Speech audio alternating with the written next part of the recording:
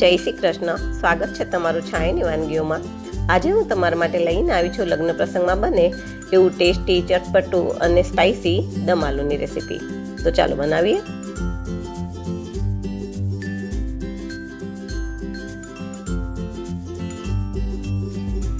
હવે તેને માટે મેં 500 ગ્રામ બટેટાને 80% જેવા બાફી છાલ કાઢી અને તૈયાર કરી લીધા છે.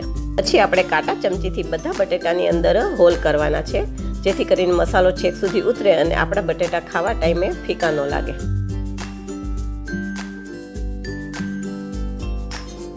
હવે એક મિક્સર જારની અંદર 10-12 કળી લસણ, 2-3 લીલા મરચાંના કટકા અને 1 ઇંચથી ઉપર થોડો આદુના કટકા લેવાના છે અને એને અધકચરા ક્રશ કરવાના છે.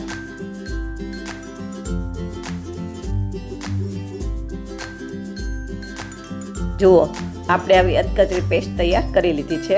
હવે એને થોડી વાર સાઈડમાં રાખી દઈશું અને હવે આપણે વઘાર કરીએ. હવે વઘાર માટે એક પેનની અંદર 3 પાવડા તેલ લેશું અને તેલને ગરમ થવા દઈશું.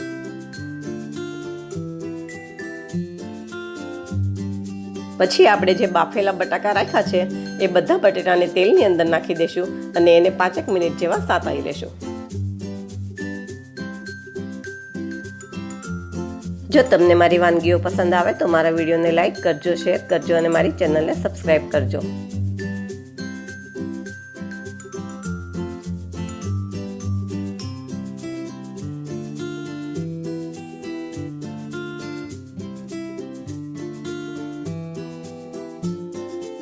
હવે આપણા બટાકા સતળાઈ ગયા છે તો એને એક ડીશમાં કાઢી લેશું.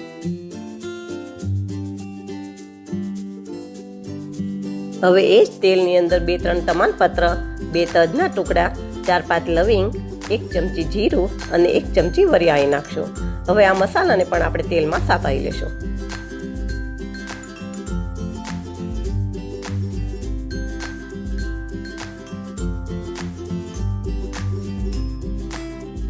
પછી એમાં 5 ચમચી હિંગ નાખશું અને 2 ડુંગળીને મેં ઝીણી કાપીને લીધી છે એ નાખશું અને એનો પણ કલર થોડો બદલાવા દેશું.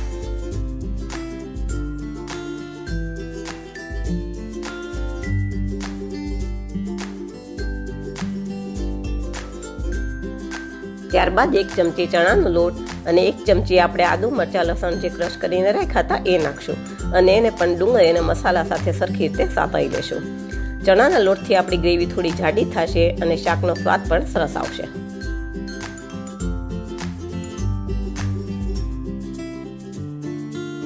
હવે મેં 3 ટમેટાની પ્યુરી બનાવીને લીધી છે એ નાખશું.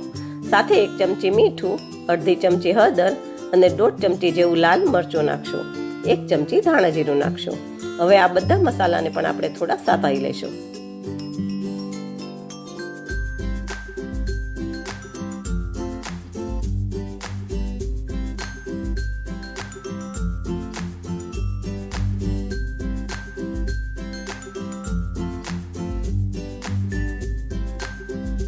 પછી આપણે એને ઢાંકી અને 2-3 મિનિટ તેલ છૂટું પડે ત્યાં સુધી ચડવા દઈશું. હવે 2-3 મિનિટ પછી જોઈએ તો જુઓ, આપણી ગ્રેવીમાંથી તેલ સરસ છૂટું પડી ગયું છે. તો હવે મેં આની અંદર અડધો વાટકો દહીં ફેટીને રાખ્યું છે એ નાખશું અને એને સતત હલાવતા રહીશું. દહીં નાખતી વખતે આપણે ગેસ થોડો ધીમો કરી દેવાનો, જેથી કરીને દહીં ફાટી ન જાય.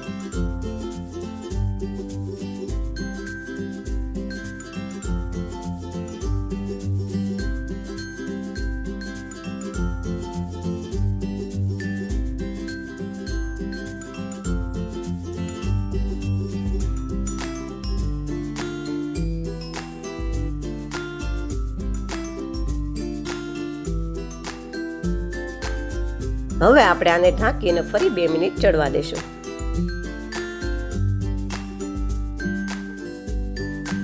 હવે આપણી ગ્રેવી પણ સરસ ચડી ગઈ છે. તો આપણે એમાં જે બટેટા સાતળીને રાખ્યા હતા એ નાખી દઈશું અને રસા માટે મેં અડધો ગ્લાસ જેવું પાણી નાખ્યું છે. પછી તમારે જેટલો રસો રાખવો હોય એટલું તમારે પાણી એમાં એડ કરવાનું. હવે આપણે આને બધું મિક્સ કરી દઈશું.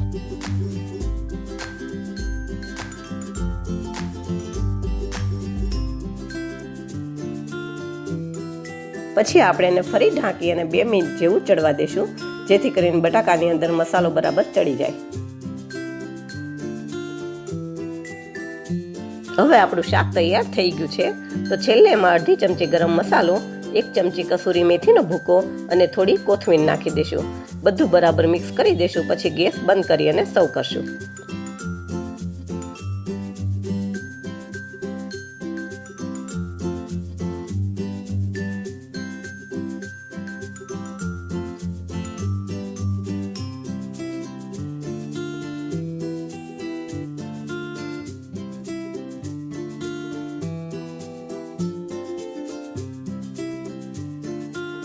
આ શાકને તમે રોટલી, પરાઠા કે પૂરી સાથે પીરસી શકો છો.